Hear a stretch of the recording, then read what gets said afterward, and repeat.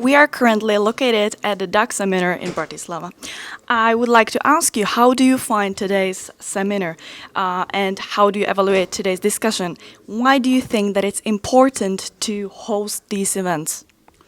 It's extremely important to host this event and in the region because the implementation and the deployment of the DAC will touch each company, each cargo company all around Europe. So although the technology is not completely mature, it's the moment in which we need to start to discuss with the sector, with each company, on their vision on how they see the impact of the DAC on their business. This is the objective of today, and this is the big opportunity for us and for the sector to discuss about it. Okay, you mentioned the two types, concretely the type number 4 and 5 of DAC technology.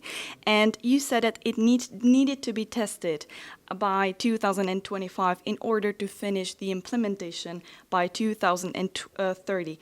Do you think that it's a real vision? I think what is, we need to split in two parts. Okay. The first is the obligation we have contractually with the project that will be running for the next 2 years to deliver the technology. And this obligation is to really targeting to reach the DAC 5, because the DAC 5 is meaning unmanned operation, both for coupling and uncoupling. So this means that in the shunting yards we will not have people, and this will be a safe environment and maximize the performance of the system. The second step is about when we start the possible deployment. And clearly, yes, in a perfect world, the initial planning is to start in 2026 and trying to finish by 2030. But the first analysis of the migration shows that the migration plan below 6 years is extremely difficult to be achieved and compressed. So whatever delay will be taken in the design of the DAC, the validation, the testing, the demonstrator, will simply move the full package of migration and deployment in the same manner.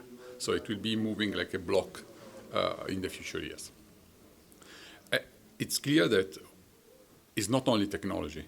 The start point of the migration and the deployment should ensure that all the elements in relation to the deployment are present and are ready to be understood and shared by the sector at European level.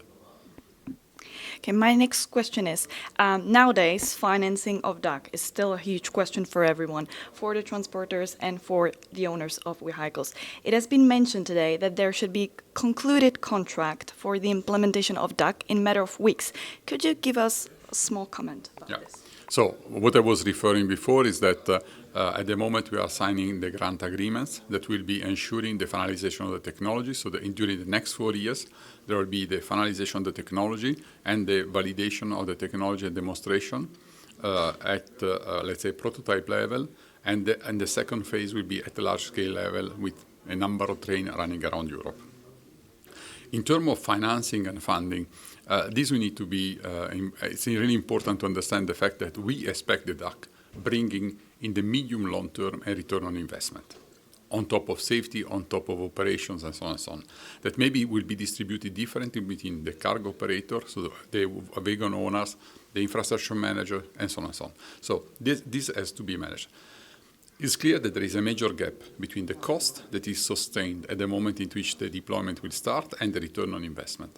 And this gap, from the discussion with the sector itself is not able to sustain. So there is a need to think which are the ways that we fill this gap and how we redistribute the return on investment later on. That's the concept behind the funding plan. My last question is, could you just very briefly describe what the options of changes are in the indicative overall time plan, which you mentioned at the seminar later today? Well, the options have to be designed by the sector. So the seminar has this objective, has been having this objective to start to have this discussion. And based on the outcome of the discussion, we need to bring together the European map and decide which will be the, I would say, agreed approach to the future deployment and the timeline. It's important that we have a joint and shared vision on the direction to take.